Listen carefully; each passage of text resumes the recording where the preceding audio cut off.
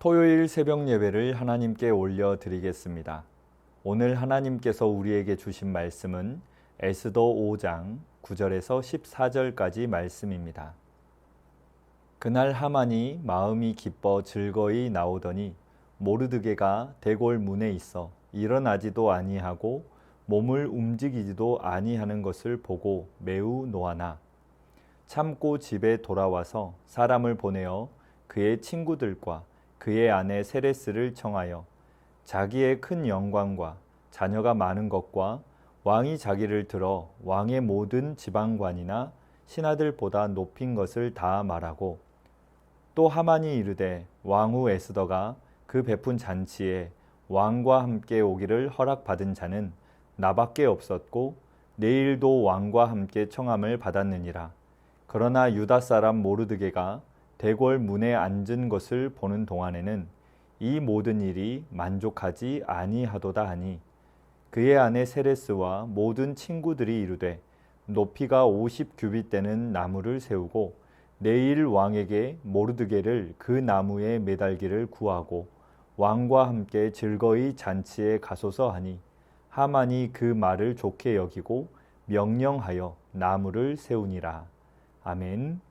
본문은 유다인들을 구하기 위해 죽음을 각오하고 나아가는 에스더와 자신을 무시하는 모르드게를 죽이기 위해 계획하는 하만의 모습을 대조하면서 긴장감이 드러납니다.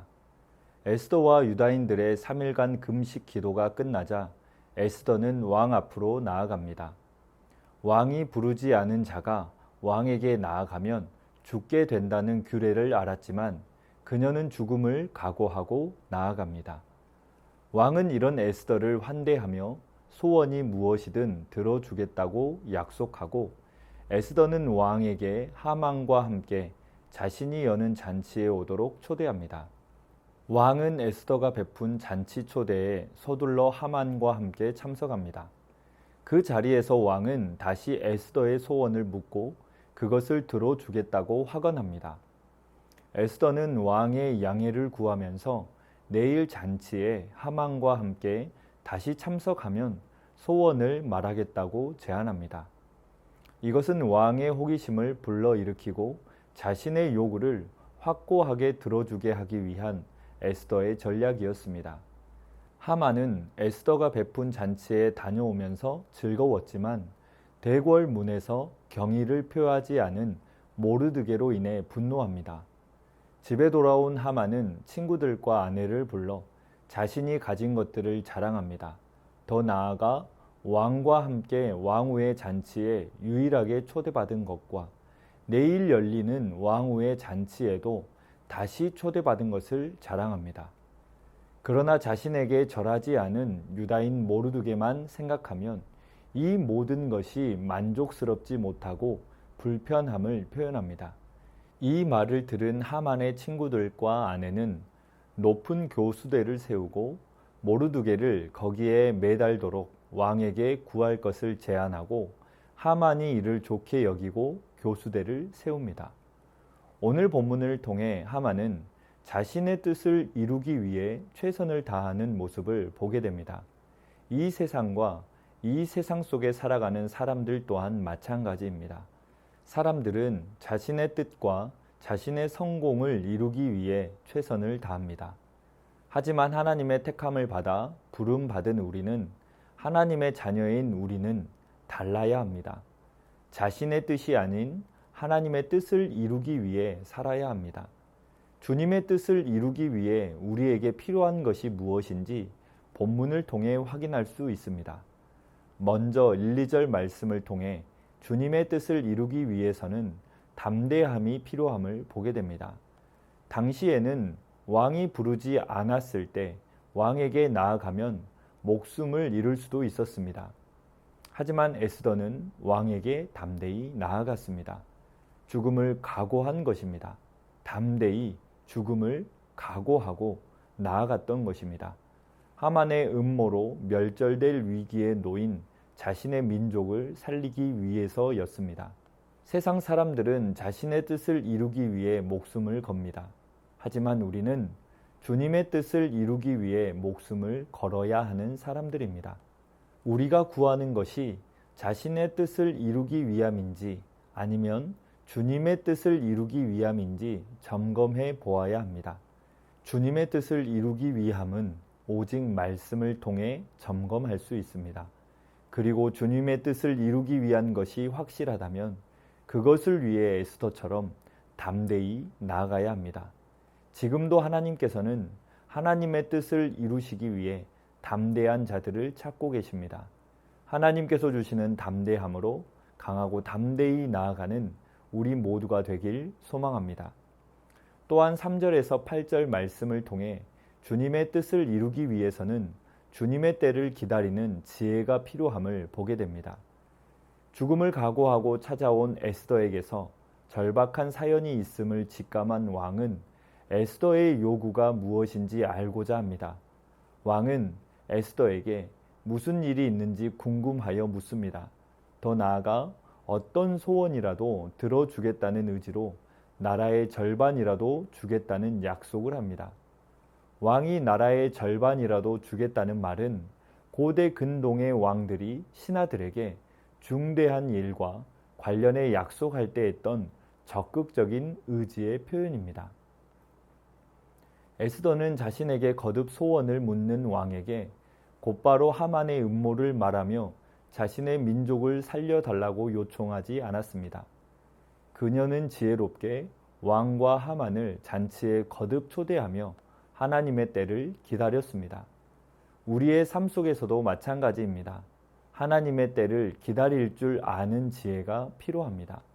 길이 열리는 것 같다고 해서 무작정 그 길로 뛰어들어서는 안 됩니다. 그러다가는 그 일을 그르치기 쉽습니다. 우리는 주님의 뜻을 완전히 알 때까지 신중해야 합니다. 절대 주님보다 앞서서는 안 됩니다. 우리는 주님께 지혜를 구하며 기도하면서 가장 좋은 때를 기다려야 합니다.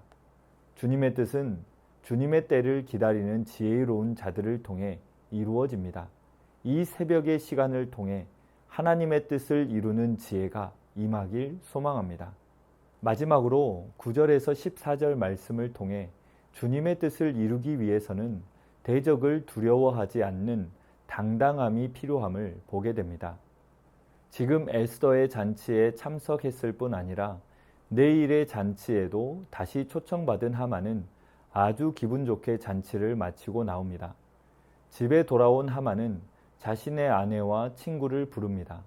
하만은 이들에게 자신이 가진 재물의 영광과 많은 자녀 그리고 왕이 자신을 최고로 높인 것에 대해 자랑합니다. 그 시기에 고대 사회와 페르시아에서는 자녀가 많은 것은 큰 자랑거리였을 뿐 아니라 명예롭고 축복된 것으로 여겼습니다. 왜냐하면 국가의 힘이 인구에 비례하였던 당시에 한 개인에게 자녀가 많다는 것은 곧 그 집의 세력이 크다는 것을 반증하는 것이었기 때문입니다. 자녀를 많이 둔 것은 전쟁에서 용맹스럽게 싸운 것 다음으로 영광스럽고 자랑스러운 일이었습니다. 이처럼 본문에 나오는 하만은 매우 강합니다. 모든 것을 다 가진 듯 보입니다. 하지만 하만이 아무리 강하고 악해도 세상의 모든 것을 다 가진 듯 보인다 할지라도 하나님의 뜻은 반드시 성취됩니다. 하나님의 뜻은 반드시 이루어집니다. 우리가 주님의 뜻을 이루려 할 때, 우리가 주님의 뜻대로 살아가려고 할 때 악한 세력은 우리를 핍박하며 방해합니다. 하지만 두려워할 필요가 없습니다. 그 누구도 그 무엇도 주님의 뜻을 막을 수 없기 때문입니다. 주님의 뜻을 이루려는 우리 또한 막을 수 없습니다. 사랑하는 성도님들, 우리는 주님의 뜻을 이루어가는 하나님의 백성들입니다. 오늘 하루를 살아갈 때 하나님께서 주신 담대함으로 하나님의 때를 기다리는 지혜로 대적을 두려워하지 않는 당당함으로 하나님의 뜻을 이루어가는 우리 모두가 되기를 주님의 이름으로 축원합니다. 이 시간 말씀 의지하여 함께 기도하겠습니다. 하나님의 뜻을 이루어가는 도구로 쓰임받는 우리 모두가 되게 하옵소서. 하나님께서 주시는 담대함으로 주님의 뜻을 이루어 가게 하옵소서. 하나님의 말씀을 통해 주님의 때를 기다리는 지혜의 풍성함을 더하여 주옵소서. 이 시간 말씀 의지하여 함께 기도하겠습니다.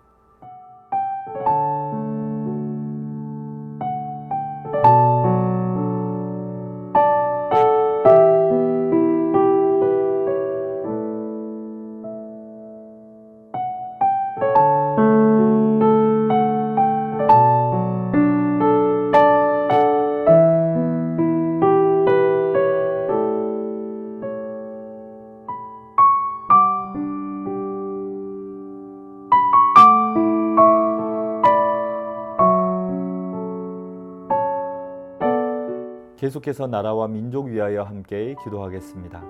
가난하고 아프고 소외된 분들이 소망을 품을 수 있는 나라가 되게 하옵소서. 열방의 모든 교회가 세속에 물들지 않고 하나님의 뜻을 이루어 가게 하옵소서. 대통령 선거를 통해 하나님의 선하신 뜻이 이루어지게 하옵소서. 이 시간 나라와 민족 위하여 함께 기도하겠습니다.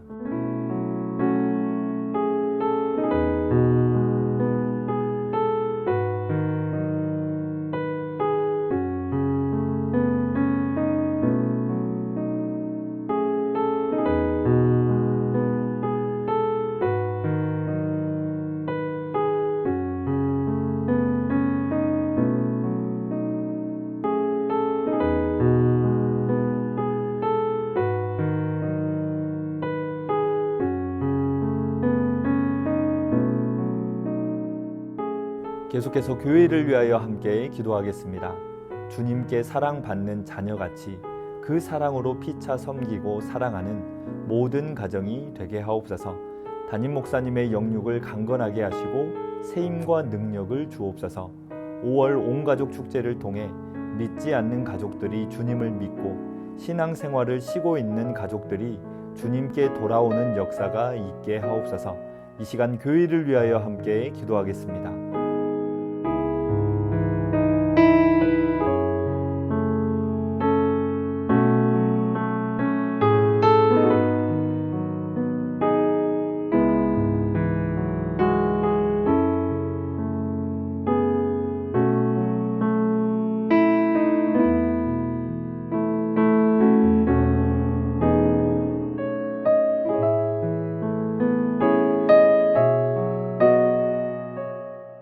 마지막으로 선교사님과 환우분들을 위해 기도하겠습니다. 오늘은 K국 연미족 정부웅 선교사님을 위해 기도하겠습니다.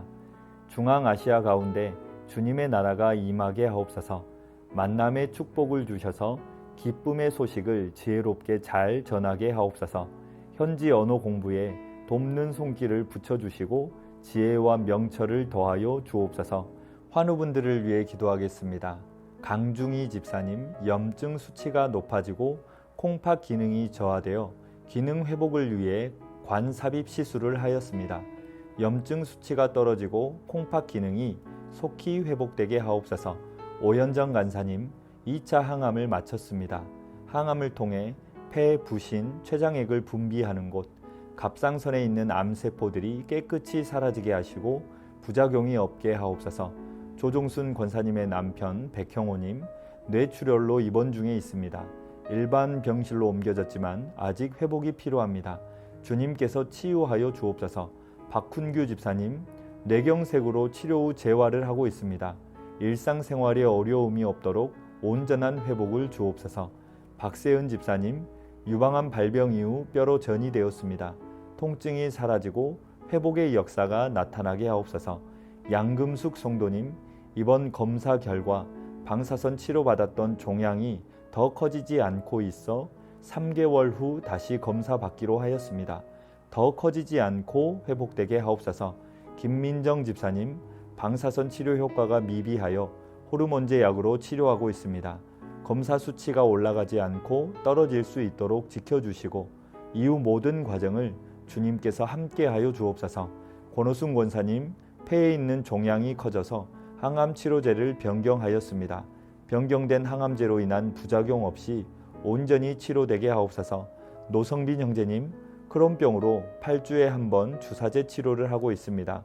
부작용이 생기지 않도록 보호하여 주시고 소장의 염증이 잘 치료되어 음식을 잘 먹고 새로운 삶의 현장으로 나아갈 수 있는 용기를 주옵소서. 이외에도 수술과 시술 중에 계신 분들, 회복 중에 계신 분들, 모든 환우분들의 몸과 마음을 회복시켜 주옵소서. 이 시간 선교사님과 환우분들을 위해 기도한 후 자유롭게 기도하겠습니다.